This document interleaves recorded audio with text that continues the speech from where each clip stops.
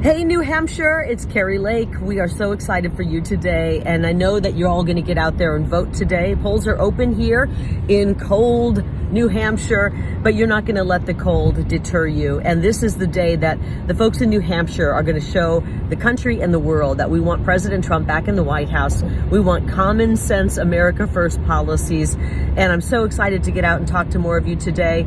Arizona and every other state is counting on you to get out and vote and make sure that we elect President Donald J. Trump.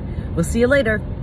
We have to worry about getting by now. It used to be people thought, well, we could afford groceries. Arizona was rather affordable compared to other states.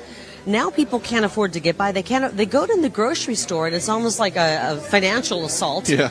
And then they have to worry about walking across the grocery store parking lot in their own personal safety because the crime is on the increase, it's on the rise in our cities, most of them run by Democrat mayors, sadly. But the people, in every way, they're taking incoming from bad policy that is putting the people of this country last. And we need a change. We need a man named Donald Trump back in the White House. That's a great start. We need strong America First fighters in Washington, D.C., in our city councils, town councils. We need people who are going to fight for American families in the, right down to the level of the school board. Oh, yeah. That's the most important when you think about it. Representative Greene, thanks so much for joining us tonight. It's great to see you. I see that big smile on your face. I know the energy in the room there has to be electric right now. Tell us how you're feeling, how everybody's feeling. I know you've been on the ground in New Hampshire, out there campaigning for President Trump. Oh, it's been incredible. This state has been fired up for President Trump. And I think his victory tonight tells the Republican Party exactly what they need to hear. Number one, it declares the primary over, because the exit polls have shown that more independents and more Democrat voters have actually voted in the Republican primary than actual Republican primary voters.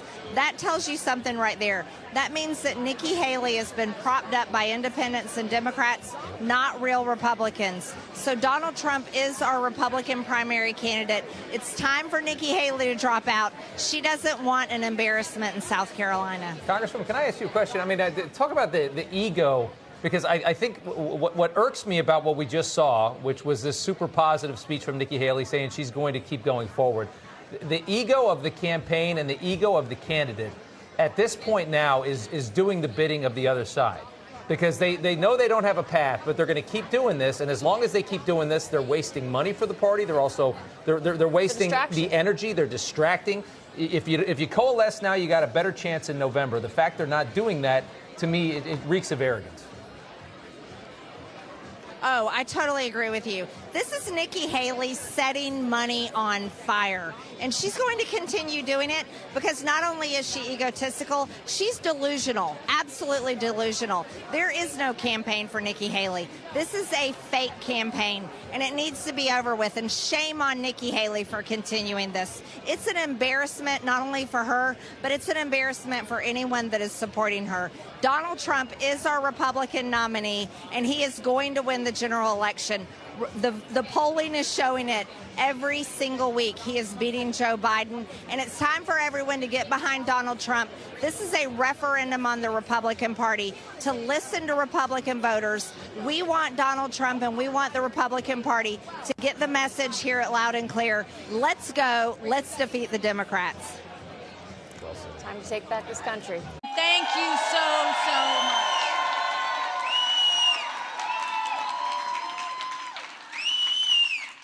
I want to congratulate Donald Trump on his victory tonight. He earned it, and I want to acknowledge that. Now, you've all heard the chatter among the political class. They're falling all over themselves, saying this race is over.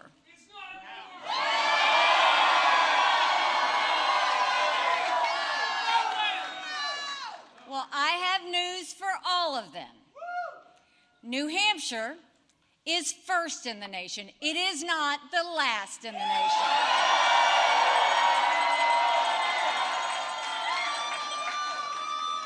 This race is far from over. There are dozens of states left to go.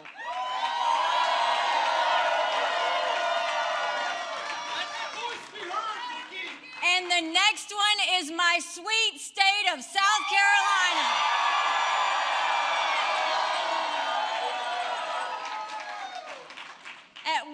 point in this campaign, there were 14 of us running, and we were at 2% in the polls. Well, I'm a fighter. And I'm scrappy. And now we're the last one standing next to Donald Trump.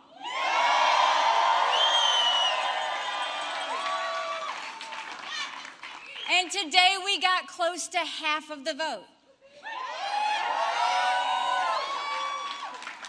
We still have a ways to go, but we keep moving up. Well, I want to thank everybody. This is a fantastic state.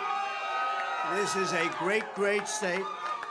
You know, we won New Hampshire 3 times now, three. We win it every time. We win the primary, we win the generals, we've won it, and it's a very, very special place to me. It's very important. If you remember in 2016, we came here and we needed that win, and we won by 21 points, and it was great. And today, I have to tell you, it was very interesting because I said, wow, what a great victory. But then somebody ran up to the stage all dressed up nicely when it was at 7. But now I just walked up and it's at 14. But she ran up when it was 7. And, you know, we have to do what's good for our party. And she was up and I said, wow, she's doing like a speech like she won. She didn't win, she lost. And you know, last week we had a little bit of a problem, and if you remember, Ron was very upset because she ran up and she pretended she won Iowa. And I looked around, I said, didn't she come in 3rd? Yeah, she came in 3rd. And then I looked at the polls, she was talking about most winnability, who's going to win, and I had one put up. I don't know if you see it, but I have one put up. We've won almost every single poll in the last 3 months against crooked Joe Biden, almost every poll. And she doesn't win those polls. And she doesn't win those. This is not your typical victory speech, but let's not have somebody take a victory when she had a very bad night. She had a very bad night. And you have the now very unpopular governor of this state. This guy, he's got to be on something. I've never seen anybody with energy. He's like hopscotch. And, you know, I'm watching this guy, and 2 weeks ago he said, we're going to win in the landslide, we're going to win. About 3 days ago he started saying, well, we want to do well. That's a big difference. But I walked out just now, we're 14 points up, and I don't know what it's going to be. But when she was up here, it was like 6 or 7. And, you know, with like 7% of the vote counted. Now, let me just tell you, we had an unbelievable week last week in Iowa. We set a record. It was the best in the history of the caucus, in the history. And I remember I sort of had the same feeling. I'm up and I'm watching, and I said, she's taking a victory lap. And we beat her so badly, she was, but Ron beat her also. You know, Ron came in 2nd and he left. She came in 3rd and she's still hanging around. The other thing, she only got 25% of the Republican votes. I don't know if you saw that. Tremendous numbers of independents came out because in this state, because you have a governor that doesn't frankly know what the hell he's doing in this state, in the Republican primary, they accept Democrats to vote. In fact, I think they had 4,000 Democrats before October 6th. They already voted. Now, they're only voting because they want to make me look as bad as possible. Because if you remember, we won in 2016. And if you really remember, and if you want to play it straight, we also won in 2020. By more. And we did much better in 2020 than we did in 2016. But as they said, we lost by a whisker, just by a whisker. No. But we can't let that happen. You know, you have to have people that speak up. I said, I can go up and I can say to everybody, oh, thank you for the victory. It's wonderful. Or I can go up and say, who the hell was the imposter that went up on the stage before and like claimed a victory? She did very poorly, actually. She had to win. The governor said, she's going to win, she's going to win, she's going to win. Then she She failed badly. Looking at the math and the path going forward, and I don't see it for Nikki Haley. I think she's run a great campaign, but I do think there is a message that's coming out from the voters, which is very clear. We need to unite around our eventual nominee, which is going to be Donald Trump, and we need to make sure we beat Joe Biden.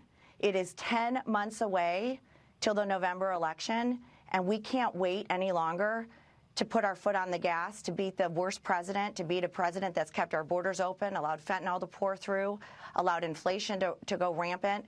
He is hurting the American people, and we need to do everything we can to unite so that we can defeat him.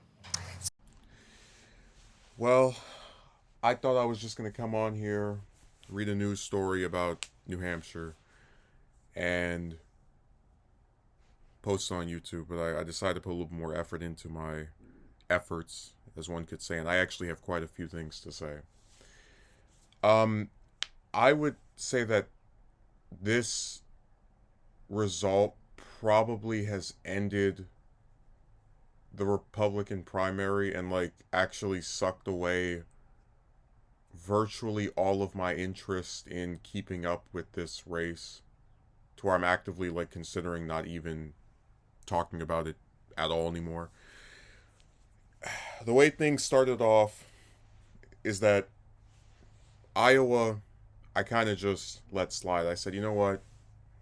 A lot of evangelicals, it's a state that normally whoever wins it doesn't actually win the primary. And I have proof in the past where I said that it wasn't beyond the realm of possibility that Trump could win every single state. Although I initially thought that would be achieved by people staying in the race too long, there just being too many people still in the election for him, you know, to be able to consolidate around one person. And instead, that didn't end up happening. Like, sometimes I really have to remind myself, it was as late as South Carolina that there were still like 6-7 people in 2016. That was when Jeb Bush finally got out after, you know, months of polling just showed he was decreasing. But New Hampshire was for Haley what Iowa was for DeSantis, where a lot of time and resources were invested in that state. A lot of money went to this state. I think it was about $3 million. She might have spent $3 million from what I heard. It's certainly more money than the number of people that live there. And it was really, for her more so than any other candidate besides maybe Christie, the make or break for their campaign. It was a state she spent a lot of time in, you know, just completely based her campaign around virtually. That's why when she came in third place in Iowa, it didn't bother me that much because DeSantis was really the one that had spent the most time there, had gone to all different counties and all the money. But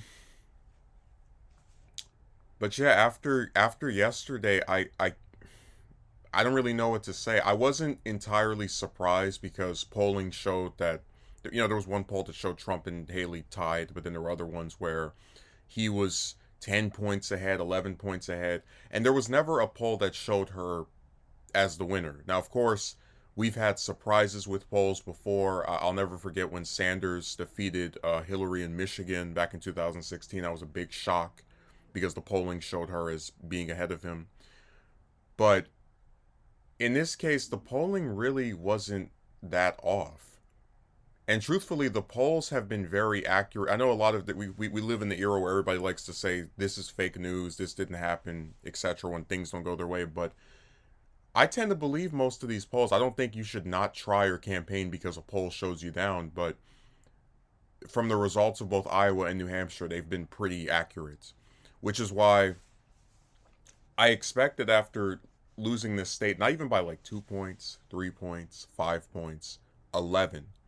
I expected by her losing New Hampshire by over 10 points, double digits, she would probably try to get out of the race. And the reason for that is because I thought it would be embarrassing for Haley to stay in until South Carolina and then lose her home state to boot. But instead, she gave this concession speech that I have to admit kind of had me rolling my eyes because on the one hand, it was nice to see people accept results of elections again. It feels very that's why I put Lake in there, just as one of the people that you see a few times. prologue to my commentary here. But it was nice to see someone accept the results when they don't go the way that they want, since we're in the election denier era. But at the same time, I was like, what are you doing?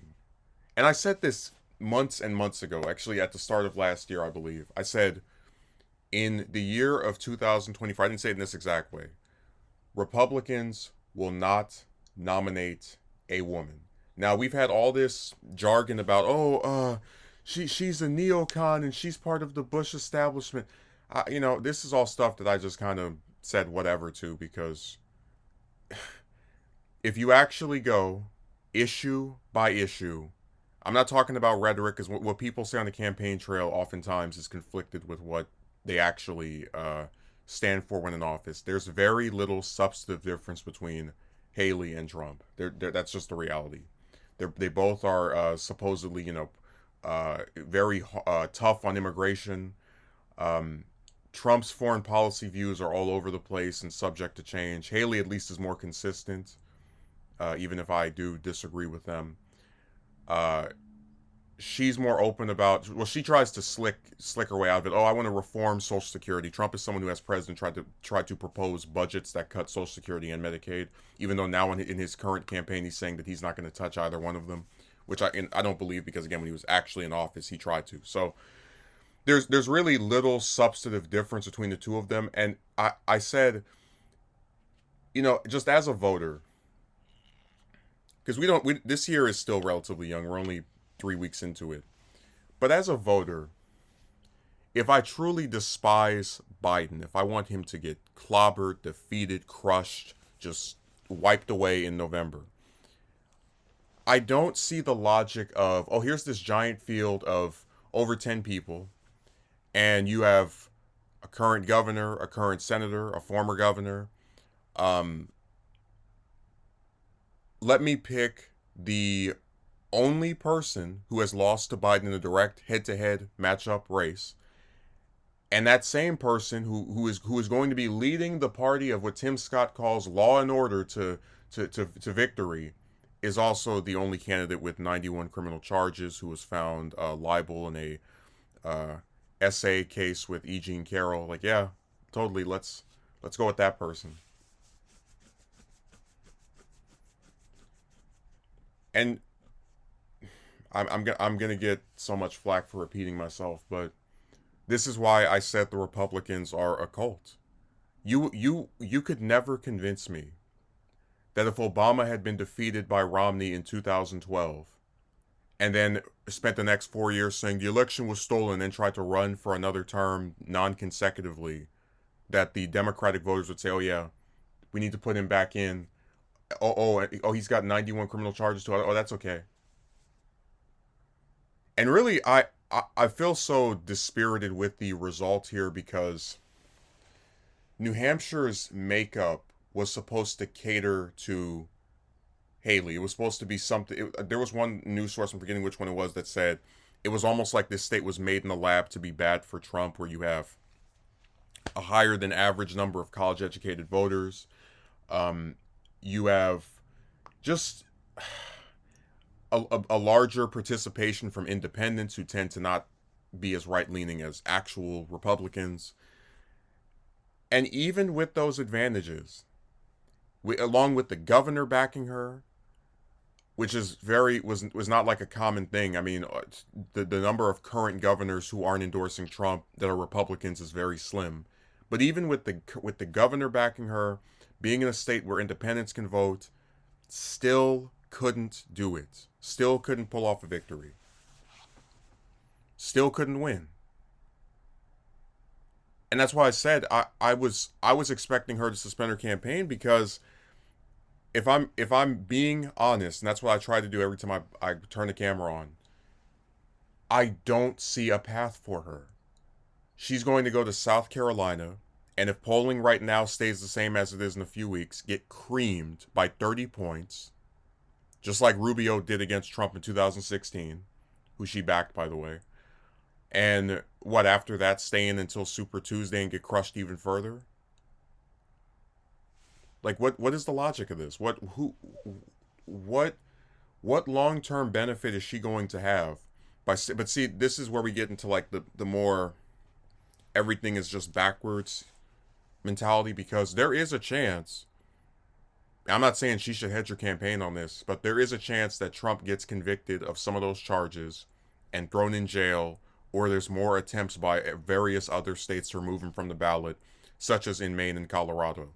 And if that happens, and she's still in the race before he's able to pick a VP,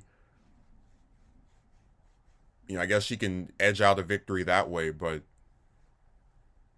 he seems to have more plot armor than most criminals. So I really just think that this race is not. It's. I guess I'll sound kind of crazy for saying this, but it's kind of boring. I mean, one of the things that was actually fun about 2016 with the Republicans, 2020 with the Democrats, is that there was always at least a belief that, oh, this person who's the front runner right now, they could end up losing. Oh, Trump lost Iowa to Cruz. Well, he just won New Hampshire, and who's going to win South Carolina? But with this race, we know who's going to win every single state. Like we see polling that has him in some cases 10 points to everybody else, some cases 20, 30. And even the other the politicians are like subtly hinting like, yeah, this is just a formal process, basically. Like Haley is running for fun. She's running just so she can get on TV, give some interviews, and get some money. Like that, there's no path for victory for her, even if her home state is the next state that votes, because they don't even want her over there. A lot of people compare her to Kamala Harris. Kamala Harris was smart. She got out before losing California.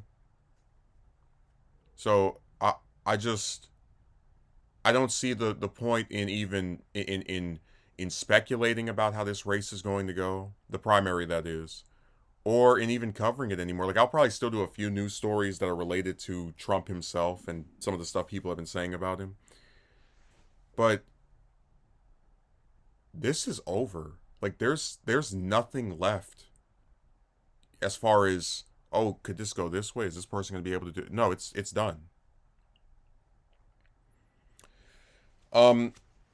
As far as the choice of clips were concerned, I added in Lake a few times because I just wanted to show how her and Marjorie Taylor Greene, and I also added in tweets from Sarah Huckabee Sanders and Kristi Noem.